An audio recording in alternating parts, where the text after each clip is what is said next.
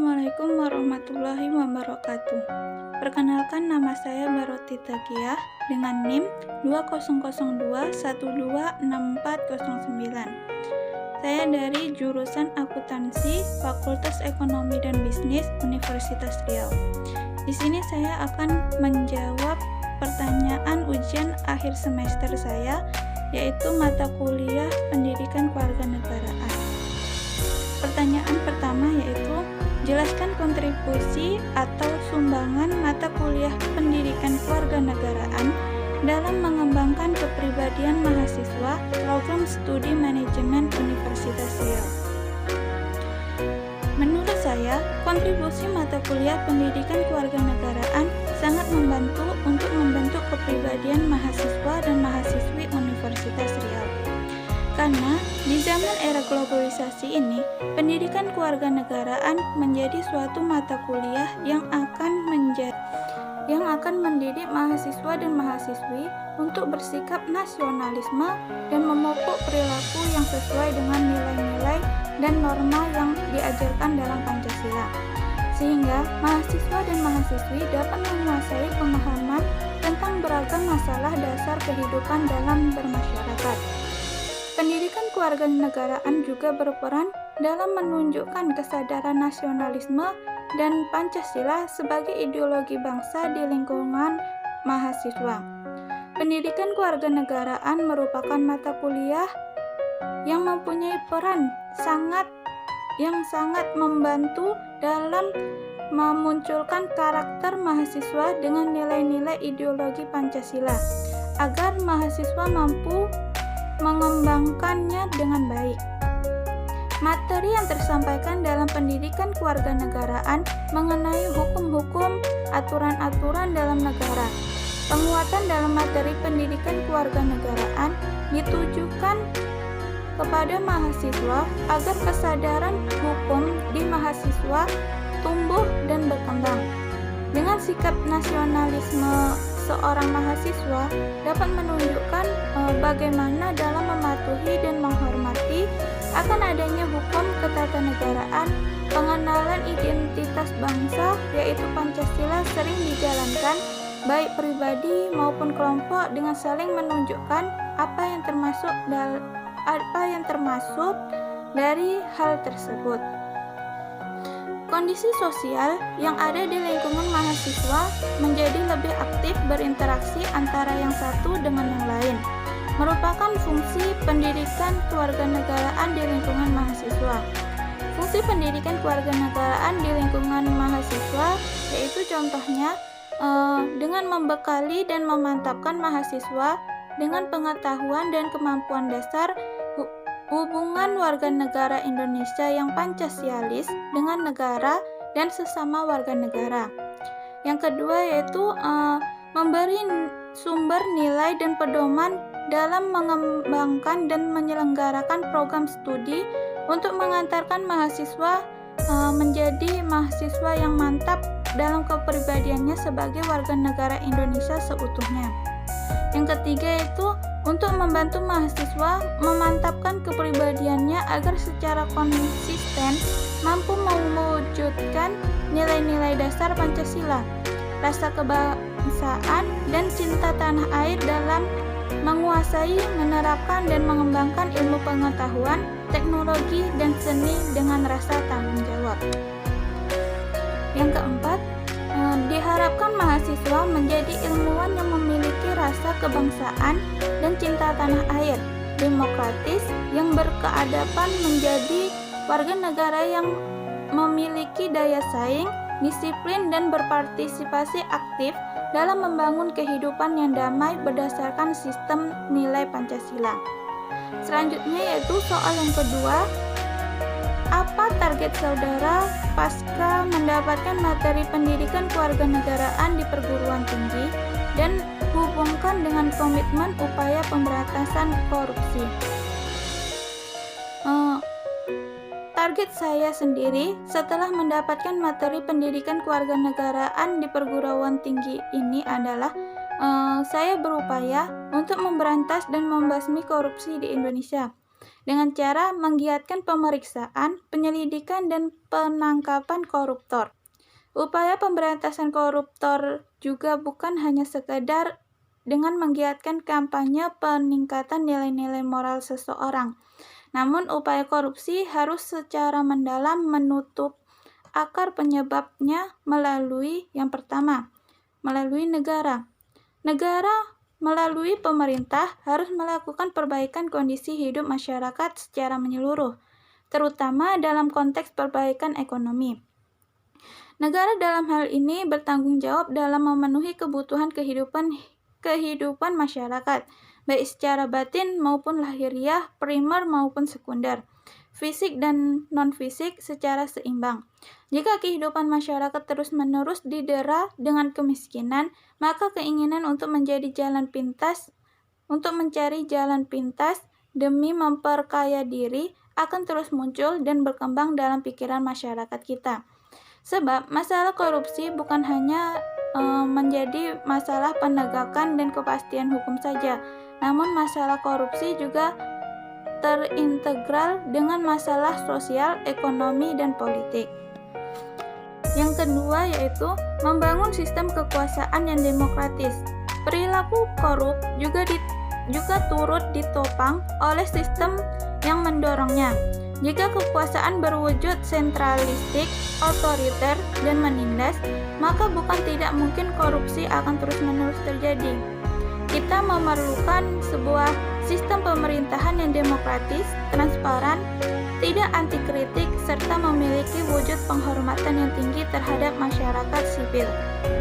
Yang ketiga yaitu dengan membangun akses kontrol dan pengawasan masyarakat terhadap pemerintah.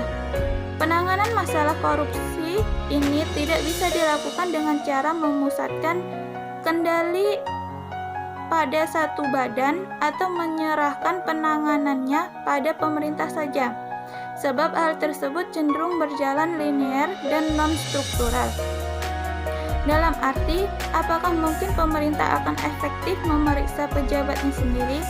Masalah klasik yang kemungkinan muncul adalah siapa yang akan bertanggung jawab untuk mengawasi pengawas. Persoalan ini hanya akan terakomodasi dalam konteks kekuasaan otoritarian. Dalam sebuah struktur kekuasaan negara yang egaliter, masyarakat diberikan akses kontrol terhadap kekuasaan, sehingga fungsi pengawasan secara horizontal antar struktur yang sejajar maupun pengawas yang akan berjalan seimbang dengan kontrol yang tajam terhadap penyelewengan. Selanjutnya soal yang ketiga yaitu jelaskan masalah kewarganegaraan di Indonesia terkait dengan keberagaman hubungan antar agama, suku, ras, dan antar golongan. Cari satu kasus, uraikan kasus tersebut dan beri pandanganmu terkait keberagaman di Indonesia saat ini. Menurut saya, Indonesia merupakan negara yang beragam. Indonesia memiliki suku bangsa, adat istiadat, budaya, dan ras yang berbeda-beda yang tersebar di wilayah Indonesia. Namun keberagaman tersebut terus dilakukan uji dengan munculnya berbagai konflik yang terjadi di berbagai daerah. Konflik-konflik tersebut menimbulkan korban jiwa seperti luka-luka dan harus mengungsi. Diberitakan dalam web kompas.com pada tanggal 23 Desember 2012, menurut Yayasan DNIJA mencatat selama 14 tahun setelah masa reformasi, setidaknya ada 2.398 kasus kekerasan dan diskriminasi yang terjadi di Indonesia. Dari jumlah kasus tersebut, sebanyak 65% berlatar belakang agama, sementara sisanya kekerasan etnik sebesar 20%, kekerasan gender sebesar 15%, kekerasan seksual sebesar 5%. Dari banyak kasus yang terjadi, tercatat ada beberapa konflik besar yang banyak memakan jatuh korban, tidak luka atau meninggal, baik yang luka maupun meninggal. luas konflik dan kerugian material. Contoh konflik yang ada di Indonesia yaitu yang saya ambil yaitu konflik di Ambon. Menurut Yayasan Denny J.A., konflik Ambon yaitu di Maluku merupakan konflik terburuk yang terjadi di Indonesia setelah reformasi, di mana telah menghilangkan nyawa sekitar 10.000 orang. Diberitakan di web kompas.com pada tanggal 19 Januari 2020, konflik Ambon berlangsung pada 1999 hingga 2003. Dalam konflik tersebut tercatat ribuan warga meninggal, ribuan rumah dan fasilitas umum termasuk tempat ibadah terbakar. Bahkan ratusan ribu warga harus meninggalkan rumahnya untuk mengungsi dan meninggalkan Maluku atas konflik tersebut. Konflik Ambon tersebut berlangsung selama 4 tahun. Soal yang keempat yaitu NKRI adalah negara yang terdiri dari ribuan pulau. Dengan demikian, sering dikatakan Kepulauan Nusantara. Pertanyaannya yaitu, upaya-upaya apa yang harus dilaksanakan dalam rangka sosialisasi pengembangan wawasan Nusantara tersebut? Menurut saya, ada beberapa upaya yang dapat dilakukan oleh pemerintah maupun masyarakat untuk memahami eksistensi negara Indonesia sebagai negara kepulauan dengan batas-batas wilayah sebagaimana yang terdapat dalam Deklarasi Juanda yang telah menyatukan wilayah laut Indonesia dengan tidak lagi memberi ruang pada kantong-kantong laut internasional yang berada di antara pulau-pulau di Indonesia. Dengan mengenal wilayah laut, setiap warga negara Indonesia akan tumbuh semangat nasionalisme untuk mencintai dan mempertahankan keutuhan wilayah Negara Kesatuan Republik Indonesia.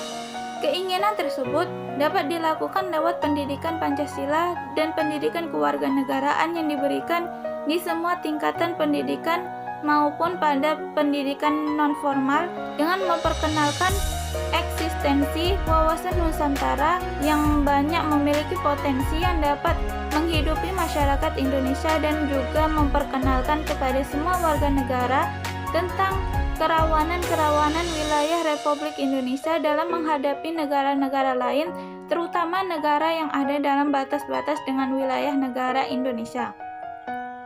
Pemahaman yang sangat penting ini bagi warga negara Indonesia adalah memahami konsep negara kita sebagai negara kepulauan, sebagaimana yang telah dapat diwujudkan dalam Deklarasi Juanda pada tanggal 13 Desember 1957, yang wilayah kita yang tadinya hanya 3 mil menjadi 12 mil, sebagaimana isi dari deklarasi tersebut telah dapat menyatukan seluruh wilayah Negara Kesatuan Republik Indonesia, sehingga tidak ada lagi laut internasional di antara pulau-pulau yang ada di Indonesia. Partisipasi masyarakat sangatlah dibutuhkan dalam menjaga keutuhan wilayah Negara Kesatuan Republik Indonesia ini, dengan cara-cara melakukan aktivitas yang tidak mengancam integritas Negara Kesatuan Republik Indonesia. Misalnya dengan upaya menyeludupkan hasil-hasil potensi alam kita ke negara lain seperti illegal logging maupun illegal fishing. Keikutsertaan masyarakat dalam menjaga aktivitas yang dapat merugikan kepentingan umum telah ikut bersama-sama berpartisipasi dalam mewujudkan integritas Negara Kesatuan Republik Indonesia. Pelembagaan pengenalan terhadap wawasan Nusantara dalam kehidupan bermasyarakat, berbangsa, dan bernegara dapat dilakukan melalui pendidikan yang terbagi atas pendidikan formal maupun pendidikan non-formal. Yang pertama itu pendidikan formal. Dalam mewujudkan pelembagaan pengenalan eksistensi wilayah laut, yaitu wawasan Nusantara, dilakukan melalui kurikulum yang sekarang diberikan di semua tingkatan pendidikan formal. Pendidikan yang diberikan ada pada pelajaran pendidikan kewarganegaraan yang memperkenalkan terhadap semangat nasionalisme yang betapa beratnya para pendiri negara mewujudkan negara kesatuan yang sangat sangatlah sulit diperjuangkan sehingga negara kita disebut sebagai negara kepulauan karena batas-batas wilayah laut Indonesia telah menjadi satu kesatuan wilayah. Hal ini dinyatakan dalam Deklarasi Juanda. Yang kedua yaitu pendidikan non-formal. Pendidikan non-formal ini dapat dilakukan dengan sosialisasi pemahaman wawasan Nusantara, dapat juga dilakukan lewat pendidikan non-formal di mana masyarakat dilibatkan dalam deklat tentang wawasan kebangsaan dengan tujuan agar supaya semua komponen warga negara Indonesia mengenal batas-batas wilayah laut atau perairan dan daratan udara di Indonesia. Yang ketiga yaitu dengan melalui media informasi untuk menjaga sosialisasi pemahaman wawasan Nusantara ke seluruh lapisan masyarakat di Indonesia yang tersebar dalam 32 provinsi dapat dilakukan melalui media massa atau elektronik. Oleh karenanya peranan TV negeri maupun swasta sangatlah mendukung mensosialisasikan konsep wawasan Nusantara pada masyarakat. Dengan politik media dari berbagai negara lain di era globalisasi ini pun menjadi tantangan kita bersama agar supaya masyarakat kita tidak terpengaruh oleh media yang dapat menurunkan semangat nasionalisme. Melalui media kita dapat memperkenalkan langsung tentang eksistensi negara kita. Namun upaya ini belum merata di daerah-daerah yang sangat terisolir atau yang tidak terjangkau dengan sarana komunikasi yang sangat terbatas. Selanjutnya pertanyaan yang kelima yaitu sebutkan bentuk-bentuk hubungan antara negara dan warga negara serta kemukakan pula hak dan kewajiban warga negara menurut Undang-Undang Dasar 1945. Setiap interaksi selalu menghasilkan hubungan. Keeratan hubungan negara dengan warga negara sudah mencapai tahap ketergantungan. Sebuah negara tidak mungkin berkembang apabila menjadi negara maju. Soal yang nomor 5 yaitu sebutkan bentuk-bentuk hubungan antara negara dan warga negara serta kemukakan pula hak dan kewajiban warga negara menurut Undang-Undang Dasar 1945. Setiap interaksi selalu menghasilkan hubungan. Keeratan hubungan dengan negara dan warga negaranya sudah mencapai tahap ketergantungan atau saling membutuhkan. Sebuah negara tidak mungkin berkembang, apalagi menjadi negara maju apabila warga negaranya pasif. Begitu juga warga negara dari sebuah negara tidak mungkin dapat hidup sejahtera di negara yang kacau ini. Negara merupakan suatu wilayah dengan luasan tertentu yang menjadi tempat tinggal dari sekelompok orang. Namun untuk dapat disebut sebagai negara, wilayah yang ditinggali penduduk tersebut juga harus mendapatkan pengakuan kedaulatan dari negara lain. Selain itu, sebuah negara yang sudah berdiri tegak juga harus memiliki undang-undang sendiri untuk mengatur tata kehidupan berbangsa dan bernegara. Negara harus memenuhi hak warga negaranya. Sementara itu, warga negara juga harus menyelesaikan tugas sebagai warga negara yang baik. Barulah dapat hak warga negara. Negara memiliki hubungan emosional yang kuat dengan warga negara. Tidak perlu ada pemaksaan atau aturan resmi, karena dapat mewajibkan warga negara untuk membela negaranya. Hubungan emosional yang kuatlah warga negara tentunya tidak akan terima bila negaranya mengalami keadaan buruk. Bentuk-bentuk hubungan antar negara dan warga negara yaitu contohnya yaitu yang pertama dengan memperkenalkan budaya bangsa. Hubungan emosional yang kuat antara negara dengan warga negara akan membentuk rasa cinta tanah air. Rasa inilah yang mendorong warga negara bangga dengan segala hal yang berasal dari negaranya. Secara tidak sadar, mereka akan sangat memilih segala produk rumah tangga yang berasal dari produk dalam negeri. Yang kedua, taat aturan negara. Warga negara yang telah memiliki hubungan emosional kuat dengan negaranya akan memberi kepercayaan yang tinggi kepada negara. Setiap aturan negara dipercayai memiliki manfaat dan berfungsi untuk mengatur hubungan berbangsa dan bernegara. Dengan begitu, mereka berusaha sebisa mungkin untuk mematuhi aturan negara. Warga negara yang sudah terikat emosionalnya dengan negara secara spontan juga akan membantu negara dalam menegakkan hukum. Contohnya itu dengan menjaga kelakuan agar tetap tertib bermasyarakat, menegur anggota masyarakat yang melanggar aturan negara, dan membantu aparat negara bila dimintai bantuan.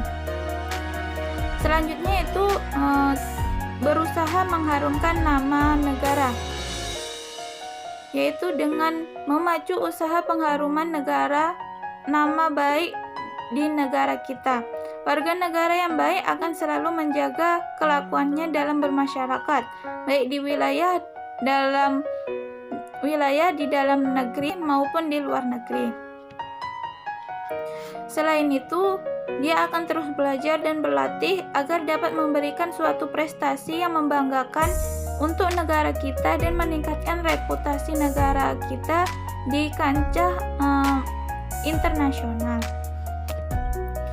Hak warga negara menurut Undang-Undang Dasar 1945, yaitu pertama, hak hidup aman, hak untuk berkumpul, terus hak memeluk, hak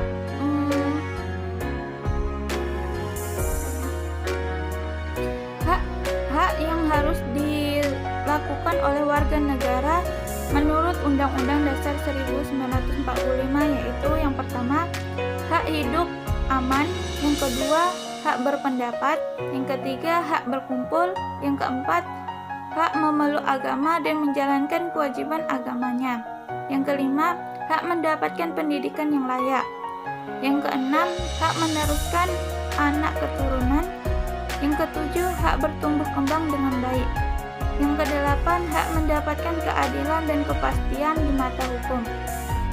Tentunya sebelum dapat menuntut hak dan menjalankan kewajiban sebagai warga negara, seseorang harus sudah dipastikan menjadi warga negara atau WNI. Ingatlah, tidak semua penduduk di suatu negara merupakan warga negara tersebut. Secara hukum, WNI atau warga negara Indonesia adalah orang asli Indonesia dan orang dari bangsa lain yang telah melewati proses naturalisasi dan sudah disahkan dengan Undang-Undang Dasar sebagai warga negara.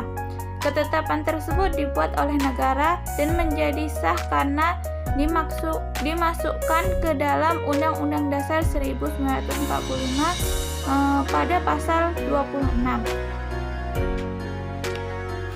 Selanjutnya itu kewajiban warga negara yang harus dilakukan menurut Undang-Undang Dasar 1945, yaitu yang pertama, bela negara. Contohnya itu Gerakan Bela Negara atau GBN yang sekarang semakin banyak diselenggarakan. Sasaran utamanya adalah generasi muda yang kebanyakan masih apatis terhadap kondisi negara. Kedepan tantangan untuk Indonesia di arena globalisasi akan semakin berat dan ketat. Gerakan bela negara yang mental banyak menghasilkan masa sulit.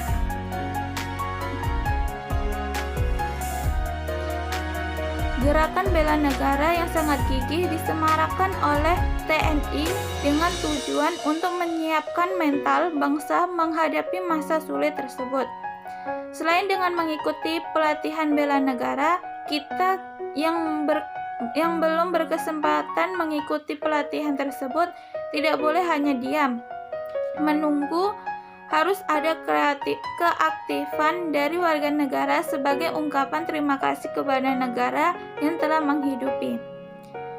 Yang kedua itu contohnya dengan belajar lebih giat. Selanjutnya berusaha tidak berketergantungan dengan produk impor. Selanjutnya, update berita perkembangan negara dan persaingan global, menjaga keamanan lingkungan rumah, berusaha membantu saudara yang terkena musibah, berusaha menghasilkan karya inovatif yang berguna bagi masyarakat, patuh dan hormat kepada guru dan orang tua dimanapun tempatnya, mengikuti upacara bendera dengan hikmat. Sekian jawaban dari saya. Apabila ada kesalahan, saya mohon maaf. Wabillahi taufiq wal hidayah. Wassalamualaikum warahmatullahi wabarakatuh.